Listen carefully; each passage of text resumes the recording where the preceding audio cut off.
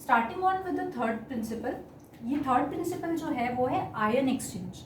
अब देखिए ion exchange chromatography क्या है, ये काफ़ी इंटरेस्टिंग प्रोसेस है। इसमें क्या होता है कि मान लो एक मैट्रिक्स होता है, जो रेजन या मैट्रिक्स आप दोनों वर्ड यूज कर सकते हैं। फॉर एग्जांपल एक मैट्रिक्स है, ये इस तरीके से एक मैट्रिक्स है जो कि सेलुलोज से बना हुआ है। बेसिकली देखिए आयंस क्या होते हैं, आयंस आप दो पार्ट्स में डिवाइड करके रखते हैं। अगर आयंस को हम लोग डिवाइड करें तो हम लोग डिवाइड करेंगे कैटायन में और एनायन में।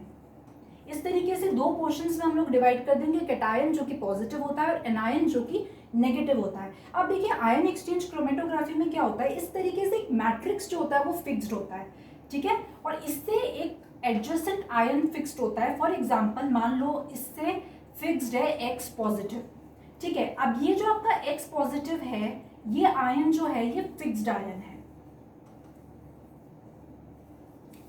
देखिए इस तरीके का कुछ सेटअप होता है जिसको आपको फॉलो करना है। तो इसमें होता क्या है,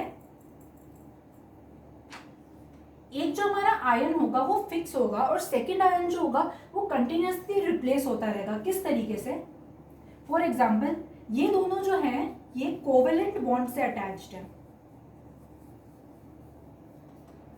ठीक है। यहाँ पे स्ट्रॉन्ग बॉन्डिंग है, कोवेलेंट बॉन्ड से अटैच्ड है, इसलिए ये वाला जो आयन है ये फिक्स्ड है। अब ये टेम्पररी बेसिस पे मान लो एक और एनायन से अटैच्ड है, क्योंकि ये कैटायन है तो किससे अटैच्ड होगा, नेचुरल सी बात है कि पोलर होते हैं तो आपस में अट्रैक्ट करेंगे। तो ये मान लो Y नेगेटिव से अटैच्ड है। अब आपने क्या करा, अब आपने इसमें एक सोल्यूशन को डाला, ठीक है। फॉर एग्जाम्पल मैंने कोई भी ऐसा सोल्यूशन डाला जिसमें आयंस है C- और D+। अब देखिए क्या होता है, यहाँ पे ये जो बॉन्ड होता है ये बहुत इजीली ब्रेकआउट हो जाता है। इस दोनों की जो एफिनिटी होती है एक दूसरे को लेकर वो काफी कम होती है। टेम्पररी बेसिस पे जुड़े हुए होते हैं, परमानेंट बेसिस पे नहीं जुड़े हुए होते हैं। तो क्या होगा, जितने भी एक्स है जो वाई रिटेन कर रहे हैं, ये क्या होगा, जैसे सोल्यूशन C+D वाला अंदर आएगा तो इस वाई को कौन रिप्लेस कर देगा, C, क्योंकि C और X+ की एफिनिटी Y के कंपैरिजन में ज्यादा है। तो C क्या होगा, ग्रेजुअली उसको रिप्लेस करता रहेगा और जो इल्यूशन में लास्ट में हमको जो इल्यूट आउट होंगे वो होंगे Y- and D+। See it is as simple as that. आपको पता है D+ X+ के साथ बॉन्डिंग नहीं बनाएगा, यहाँ पे पॉजिटिव नेगेटिव आपस में बॉन्ड बनाएंगे। पहले Y नेगेटिव ने बॉन्ड बना रखा था जो कि टेम्पररी बॉन्ड था, मैंने इस मिक्सचर में ऐड करा C- और D+। तो नेचुरली क्योंकि C नेगेटिव है तो वो X के साथ जाके अटैच होगा। अब ये जो आयन होता है इसको आप कहते हैं काउंटर आयन, ठीक है। X हमारा होगा फिक्स्ड आयन और C जो कि आके अटैच होगा जिसने Y को रिप्लेस करा है उसको हम लोग कहते हैं काउंटर आयन। तो इस तरीके से जब आयन्स एक्सचेंज होते हैं तो इस क्रोमेटोग्राफी को कहते हैं आयन एक्सचेंज क्रोमेटोग्राफी। सिमिलरली एक होता है साइज एक्सक्लूजन क्रोमेटोग्राफी। ठीक है, साइज एक्सक्लूजन क्रोमेटोग्राफी को अगर मैं आपको बताऊं, सपोज आपके पास एक इस तरीके से कॉलम है, ठीक है। इसमें मैंने फॉर एग्जांपल अगर जेल पार्टिकल से मैंने ये कॉलम पूरा भर रखा है,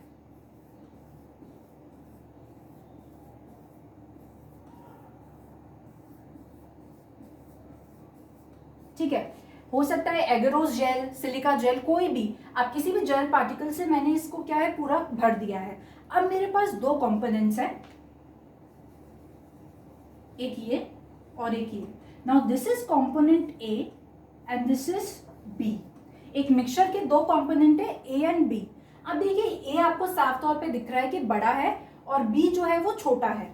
अब ए है क्योंकि वो बड़ा है तो इसका जो मॉलिक्यूलर मास होगा, रिमेंबर जो मॉलिक्यूलर मास होगा वो ज्यादा होगा, ठीक है, और बी का मॉलिक्यूलर मास कम होगा। तो due to more molecular mass, obviously more molecular mass की वजह से, ग्रेविटेशनल फोर्स की वजह से वो पहले नीचे आएगा। तो ये क्या होता है, ये इस मिक्सचर में से अपनी पाथ बना के, ये ए है ये पहले फिल्टर आउट हो जाता है या पहले इल्यूशन किसका हो जाता है, ए का। Because of high molecular weight पहले इल्यूशन किसका हो रहा है, ए का। बी का भी सेपरेशन होगा पर वो ए के बाद में होगा। तो इस तरीके से जो सेपरेशन हो रहा है उसमें पहले सेपरेशन किसका हो रहा है, ए का हो रहा है, फिर जो सेपरेशन हो रहा है वो किसका हो रहा है, बी का हो रहा है। साइज के बेसिस पे हो रहा है, साइज और मॉलिक्यूलर मास दोनों चीजें हमें ध्यान में रखनी है। और ये था ion exchange and size exclusion principle. एक लास्ट और प्रिंसिपल है जो मुझे आपसे डिस्कस करना है,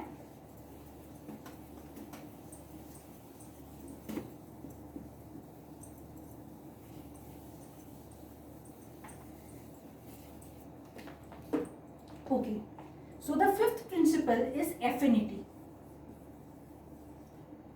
किसी भी सब्सटेंस की एफिनिटी, जैसे आपने देखा होगा हमारी बॉडी में एंटीजन्स हैं, अगर मान लो कोई एंटीजन है तो उसका जो उसकी एफिनिटी होती है वो किसके साथ होती है, एंटीबॉडीज के साथ उसकी एफिनिटी होती है।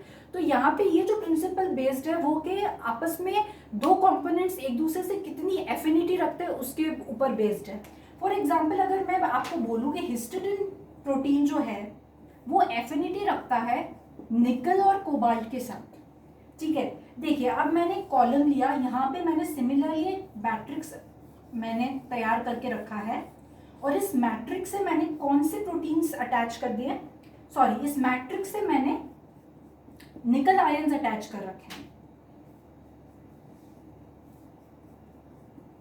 ठीक है। एक मैट्रिक्स है मेरे पास जिससे मैंने निकल आयंस अटैच कर रखे हैं। अब मैं क्या लेके आऊंगी, मिक्सचर ऑफ प्रोटीन में लेके आऊंगी, ठीक है। जैसे ही मैंने एक मिक्सचर ऑफ प्रोटीन लाके इसमें रन करा,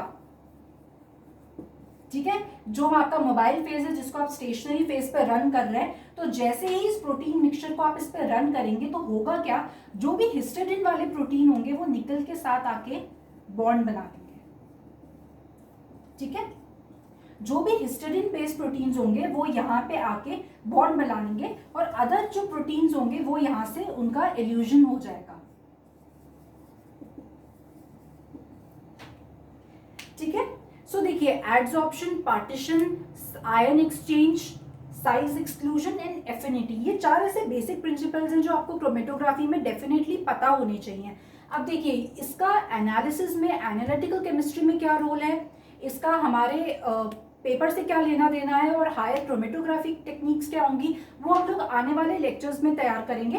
पहले आप इन बेसिक प्रिंसिपल्स को आपने कितना समझा है, आपको ये लेक्चर कितना समझ में आया है। अगर आपको लैंग्वेज में, मीडियम में कोई अगर दिक्कत आ रही है किसी भी स्टूडेंट को, if you want that the lecture should be completely in English, ऐसी अगर कोई भी क्वेरीज है तो आप please through the medium of Rakshit sir आप प्लीज़ मुझे कोऑर्डिनेट करें और just let me know, okay. So thank you and have a nice day.